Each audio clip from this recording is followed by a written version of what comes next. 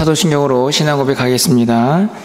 전능하사 천지를 만드신 하나님 아버지를 내가 믿사오며 그 외아들 우리 주 예수 그리스도를 믿사오니 이는 성령으로 잉태하사 동정녀 마리아에게 나시고 본디오 필라도에게 고난을 받으사 십자가에 못 박혀 죽으시고 장사한 지 사흘 만에 죽은 자 가운데서 다시 살아나시며 하늘에 오르사 전능하신 하나님 우편에 앉아 계시다가 저리로서 산 자와 죽은 자를 심판하러 오시리라. 성령을 믿사오며 거룩한 공예와 성도가 서로 교통하는 것과 죄를 사하여 주시는 것과 몸이 다시 사는 것과 영원히 사는 것을 믿사옵나이다. 아멘. 우리 찬송가 280장 찬양드리겠습니다.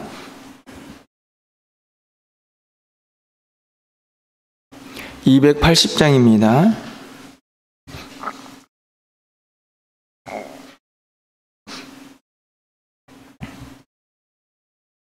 전부여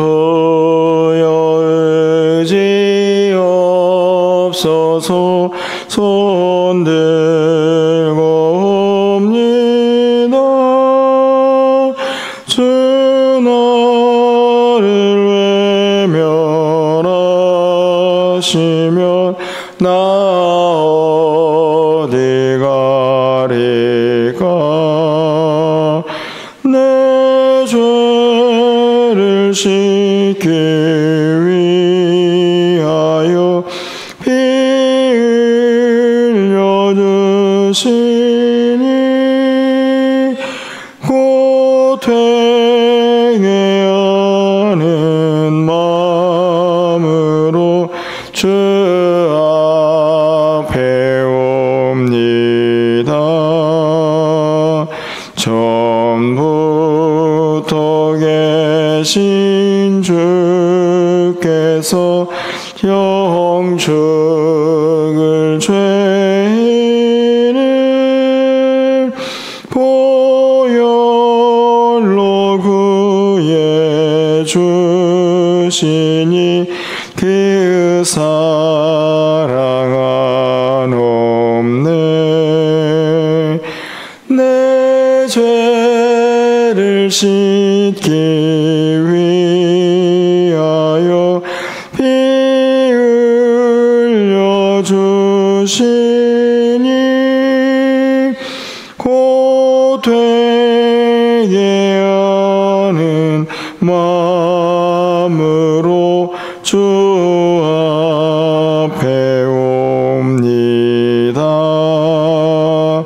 나 예수 의지함으로 큰 권능 받아서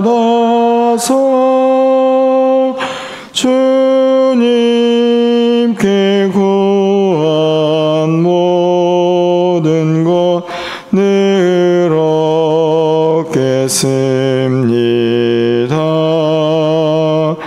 내 죄를 씻기 위하여 피 흘려주시니 곧 회개하는 마음으로 주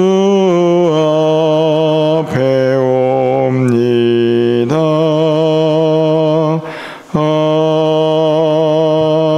아멘. 오늘 하나님 말씀은 예레미야 21장 1절에서 10절까지 말씀을 교독하겠습니다. 구약성경 1083쪽입니다. 예레미야 21장 1절에서 10절까지 말씀 한 절씩 교독하고 마지막 절은 같이 읽겠습니다. 여호와께로부터 예레미야에게 말씀이 임하니라.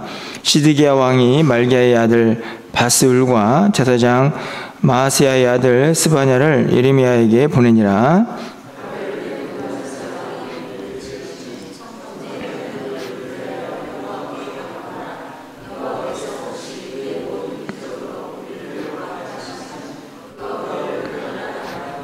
예레미야가 그들에게 대답하되 너희는 시드기야에게 이같이 말하라.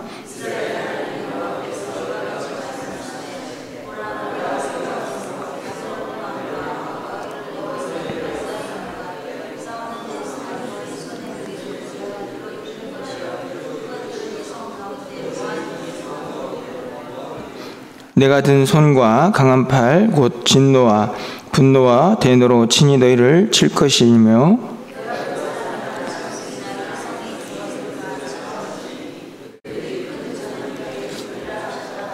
여호와의 말씀이니라. 그 후에 내가 유다의 왕 시드기야와 그의 신하들과 백성과 및 이 성읍에서 전염병과 칼과 기근에서 남은 자를 바벨론의 느부갓네살 왕의 손과 그들의 원수의 손과 그들의 생명을 찾는 자들의 손에 넘기리니 그가 칼날로 그들을 치되 측은히 여기지 아니하며 긍휼히 여기지 아니하며 불쌍히 여기지 아니하리라 하셨느니라.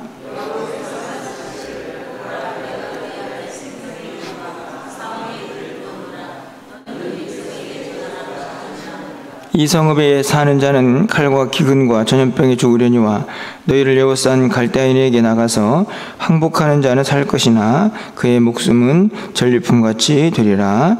여호와의 말씀이니라. 내가 나의 얼굴을 이 성읍으로 향함은 복을 내리기 위함이 아니요 화를 내리기 위함이라. 이 성읍이 바벨론 왕의 손에 넘김이 될 것이요 그는 그것을 불사르리라. 아멘.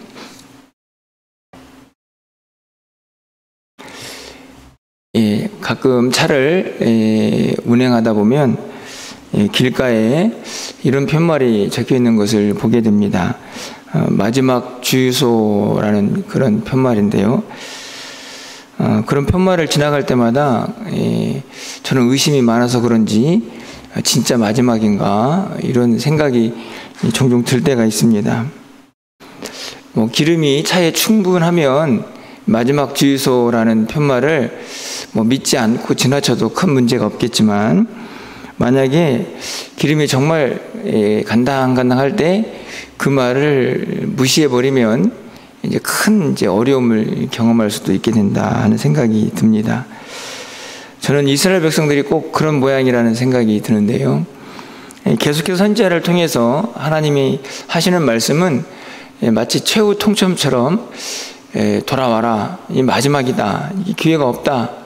그렇게 계속 말씀을 하시는데도 불구하고 이스라엘 백성들은 그게 크게 그렇게 그들의 마음속에 와닿지 않았던 것 같습니다. 사실은 회개도 때가 있죠. 마지막이다 하면 정말 심각하게 받아들이고 이제 하나님께 돌아가야 한다 하는 그런 결단을 해야 되는데 이스라엘 백성들은 전혀 그렇지 않은 모습들이 우리가 앞에서 살펴보았던 내용 속에 담겨져 있는 것을 봅니다. 제발 좀 돌아오라고 하는데도 불구하고 하나님의 말씀이라고 계속 외치고 있는데도 불구하고 이 완악한 자들이 결코 하나님 앞에 돌아오지 않는 그런 모습이죠. 오늘 본문에 보니까요, 아마 시드기야 왕이 이제 다급해진 것 같습니다. 오늘 본문에 보면 이 바벨론의 느부갓네살 왕의 군사들이 예루살렘 성을 이제 포위하고 이제 고립 작전을 쓰면서 이제 큰 위기에 직면하게 되죠.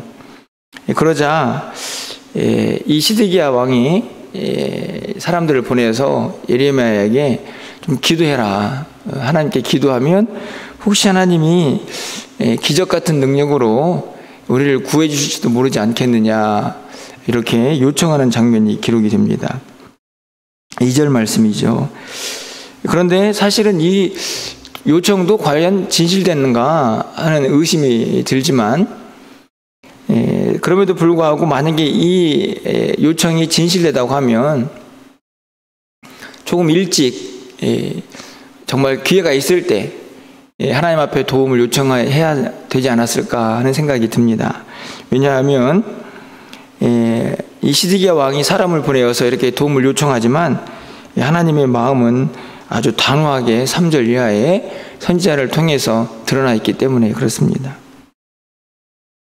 5절 말씀을 보면요, 내가 든 손과 강한 팔 곧 진노와 분노와 대노로 친히 너희를 칠 것이다. 여기 보니까 하나님이 얼마나 지금 이스라엘 백성들을 향해서 경고하고 있는가 하는 것이 단어들을 통해서 드러납니다. 진노, 분노, 대노. 그렇게 돌아오라고 요청을 했음에도 불구하고 완악했던 그 백성들의 모습을 하나님께서 더 이상 두고 보시지 않겠다 하는 마음이죠. 6절 말씀을 보면 내가 또 사람이나 짐승이나 이 성에 있는 것들은 다 치리니 그들이 큰 전염병에 죽으리라.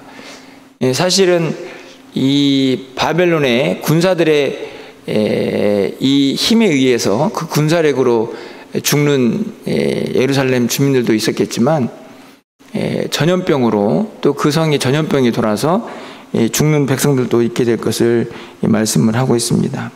7절 말씀을 보면 이 대적들이 절대로 이스라엘 백성들을 불쌍히 여기지 않을 것이다 하는 내용도 기록이 됩니다. 그런데 정말 이스라엘 백성들이 처할 이 비참한 상황은 8절 이하에도 등장을 하고 있는데요. 이 하나님께서요, 그 백성들에게 생명의 길과 사망의 길을 두셨다 이렇게 말씀합니다. 이 말씀만 보면 그래도 좀 소망이 있어 보입니다. 어느 쪽인가는 살 길이 있을 것처럼 보여지니까요. 그럼 하나님께서 그런데 이스라엘 백성들에게 열어놓은 이 생명의 길, 그 길은 어떤 길일까? 뭐 죽음의 길이야 멸망당할 것이니까 그쪽 길은 뭐 그렇다 치고 하나님이 생명의 길을 보이셨는데 그 살 길은 어떤 길인가? 여러분 9절 말씀을 가서 보시면요. 이 성읍에 사는 자는 칼과 기근과 전염병에 죽으려니와 너희를 에워싼 갈대아인에게 나가서 항복하는 자는 살 것이다. 여러분 살 길이 어떤 길인가요? 항복이죠. 항복. 그러니까 쉽게 말하면 이 성 안에서 죽든지 아니면 항복하고 나가서 살든지 하나님이 열어놓은 살 길도 여러분 어떻게 보이십니까? 살만한 길이라고 생각이 드십니까? 항복해서 성 밖으로 나가면 결국은 포로로 잡혀가거나 그런 상황이 놓여질 텐데 그럼에도 불구하고 생명의 길을 하나님이 열어두신 거죠. 그 안에 있으면 다 죽는다. 적어도 살고 싶으면 항복해라. 어떻게 보면은 너희들에겐 더 이상 길이 없으니 나의 심판을 받아들여라 하는 말씀일 수도 있겠다는 생각이 듭니다. 하나님의 마음이 얼마나 아팠을까. 우리는 이 본문을 보면서 이스라엘 백성들이 참 안타깝다 이런 생각이 들지만 제가 늘 말씀을 드렸던 것처럼 우리는 이 본문에서 하나님의 마음을 읽을 수 있어야 합니다. 10절 말씀을 보시면요. 여호와의 말씀이니라, 하나님 말씀이니라는 계속 반복이 되고 있는데 내가 나의 얼굴을 이 성읍으로 향함은 복을 내리기 위함이 아니오 화를 내리기 위함이다. 이 얼마나 끔찍한 이야기입니까? 하나님께서 택한 백성들을 바라보는데 당연히 그들을 사랑하고 복 주시기 위해서 바라보아야 하는데요. 지금 이스라엘 백성들의 이 죄에 그들의 범죄함의 끝은 더 이상 긍휼을 구할 수가 없는 상황에 도달해 있음을 우리가 보게 됩니다. 때를 놓친 것이죠. 그래서 그들에게 열려진 생명의 길이라고 한 것이 다른 길이 아니고 항복하는 것밖에 없었다 하는 것을 보게 됩니다. 그런데 여기서 우리는 한 가지 생각해 보아야 합니다. 이스라엘 백성들은 왜 이렇게 끝까지 가고 말았을까? 우리는 쉽게 그냥 이스라엘 백성들이 완악했기 때문에 라고 생각할 수 있습니다. 물론 맞는 이야기죠. 그런데 오늘 우리는 이스라엘 백성들이 그렇게 기회를 놓쳐버리고 하나님 앞에 돌아오지 못하게 하는 또 다른 이유가 하나 있었음을 보게 됩니다. 그것이 바로 13절에 우리가 읽지는 않았지만 등장을 하는데요. 여러분 13절 말씀을 가서 보시면 또 여호와의 말씀이니라 계속 반복되는 것이죠. 골짜기와 평원 바위의 주민아 보라 너희가 말하기를 누가 내려와서 우리를 치리요. 이게 누가 하는 말이냐면 예루살렘 백성들이 하는 말입니다. 그 앞에 보시면 골짜기와 평원 바위의 주민이라 이스라엘 백성들이 자기들이 살고 있는 예루살렘 성을 보면서 생각했던 말이죠. 이게 무슨 말이냐면 이 예루살렘 성은 이 산골짜기에 아주 잘 보호를 받는 그래서 쉽게 적군이 쳐들어올 수 없는 그런 지형적인 조건을 가지고 있었습니다. 우리가 쉽게 난공불락 이런 이야기 하죠. 그런 요소였다는 말씀이죠. 그러니까 이스라엘 백성들은, 특별히 예루살렘 성 주민들은 자기가 살고 있는 성을 보면서, 야, 이렇게 잘 구성되어 있는 성인데 누가 와서 우리를 치겠느냐 하는 그런 생각을 갖고 있었던 것이죠. 그들이 하나님께서 계속 회개하라고 돌아오라고 말씀하셨는데도 불구하고 저는 끝까지 버티고 버텨서 결국 이렇게 하나님의 심판을 당할 수밖에 없는 이유 중에 하나가 바로 여기에 있다고 생각이 듭니다. 이스라엘 백성들이요, 이 성읍만 의지한 것은 아닙니다. 우리가 잘 알다시피 그들에게는요 많은 우상들이 있었습니다. 아마 바벨론 쳐들어왔을 때 우상들에게 절했겠죠. 야, 우리 좀 살려주십시오. 그런데 그 우상들이 백성들을 살려주었습니까? 존재하지도 않는 신인데요, 전혀 도움을 받지 못했습니다. 그들에게는 두 번째 도움을 요청할 구석들이 있었죠. 뭐냐면 바로 주변 나라들입니다. 우리가 알다시피 예굽으로 가서 기웃거려 보고 아수르에 가서도 기웃거려 봤습니다. 좀 도와달라. 하지만 그들도 도움이 되지 못했습니다.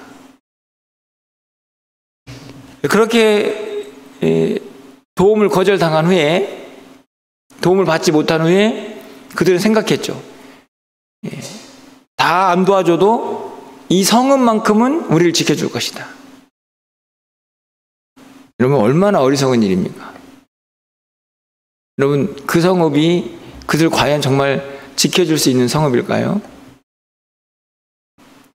착각이죠. 그 성읍이 그 백성들을 지킬 수 있는 이유는 그 성읍 자체가 아니라, 그 높은 성벽이 아니라 하나님의 도우심이다 하는 것을 그들은 망각한 것입니다. 여러분, 시편 127편 1절 말씀 잘 아시는 말씀에 여호와께서 집을 세우지 아니하시면 세우는 자의 수고가 헛되며 여호와께서 성을 지키지 아니하시면 파수꾼의 깨어 있음이 헛되다. 파수꾼이 아무리 깨어 있어서 성을 지켜도 하나님이 지키시지 않으면 그 성은 안전하지 않습니다. 아무리 높고 웅장한 성이어도 절대로 그 성은 안전하지 않습니다. 낮고 성벽이 없는 곳이라도 하나님이 지키시면 그곳은 안전한 것이죠. 이스라엘 백성들은 이 마음이 완악하고 교만해져서 결국은 주변에 어떤 것도 도움을 받지 못하고 있음에도 불구하고 이 성읍만큼은 우리를 지켜줄 거다, 이렇게 착각을 했다는 것입니다. 그래서 돌아오라고 그렇게 외쳐도 이스라엘 백성들은 돌아오지 못하고 회개할 때를 놓쳐버린 거죠. 여러분, 시편을 보면 이런 표현들이 많이 있습니다. 여호와는 나의 산성, 나의 요새, 나의 피할 바위. 맞습니다. 거대하고 웅장한 성이 믿는 자들이 피할 곳이 아니고 하나님 그분이 바로 우리의 피할 바위이고 산성이고 요새라는 사실을 믿고 깨닫는 자가 복된 자인 것이고 지혜로운 자라는 말씀입니다. 오늘 이스라엘 백성들은 안타깝지만 자신들이 눈에 보이는 자신들을 보호해 줄 것 같은 그 성읍을 바라보면서 마지막 하나님께 돌아와야 할 기회마저도 놓쳐버린 것을 보게 됩니다. 참 안타깝고 또 슬픈 이야기지만 혹시 우리들의 모습은 아닌가 한번 살펴보게 됩니다. 우리에게도 이런저런 또 잘못들이 있지 않습니까? 허물들이 있지 않습니까?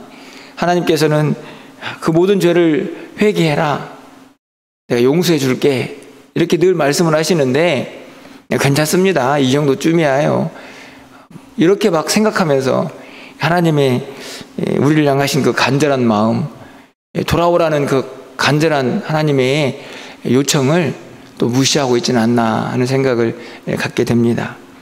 다시 한번 오늘 이 말씀을 통해서 우리가 의지해야 될 분이 이 세상에 누구밖에 없다 하는 것을 우리가 꼭 지혜롭게 깨달으셔서 우리의 산성이시고 요새가 되시는 하나님의 그 부르심과 또 그 명령 앞에 아멘하고 순종해서 때를 놓치지 않는 지혜로운 자들이 다 될 수 있기를 주님의 이름으로 간절히 축원합니다. 오늘도 그 하나님과 함께 또 승리하시는 한 날을 살아가는 저와 여러분의 삶이 되시기를 주님의 이름으로 간절히 축원합니다. 기도하겠습니다. 사랑의 하나님, 여호와의 말씀이니라 라고 계속해서 선지자는 외쳤지만 이스라엘 백성들은 끝까지 회개하지 않고 돌아오지 않고 그 완악한 마음으로 하나님의 심판을 당할 수밖에 없는 모습을 봅니다. 이스라엘 백성들도 안타깝지만 그 백성들을 향하여 복이 아닌 화를 내야 하고 책망을 해야 하는 하나님의 마음을 생각해 봅니다. 하나님, 혹시 우리의 마음이 그렇게 완악해져 있지는 않은지, 엉뚱한 것을 붙잡고 그것이 우리를 지키고 보호해 줄 것이라고 착각하고 있지는 않은지 다시 한번 이 아침에 깨닫는 귀한 시간이 되게 하셔서 우리 주님만 바라보고 간구하고 기도하는 이 시간이 되게 하여 주시옵소서.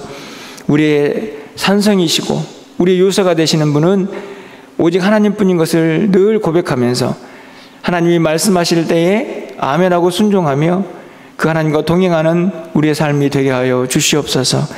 오늘 한 날 우리 사랑하는 성도들의 출입을 지켜주시고 저들이 부르짖고 간구할 때마다 우리와 함께 하시는 전능자의 손길을 경험할 수 있도록 주께서 은혜를 베풀어 주시옵소서. 사랑하는 성도들과 함께 하시고 저들의 삶과 동행하여 주셔서 주의 영광만 가득한 한 날이 되게 하여 주시옵소서. 오늘 저녁에 있을 수예배 가운데도 함께 하여 주시고 오늘 이 아침에 간구하는 모든 기도가 하늘에 상달되게 하여 주시옵소서.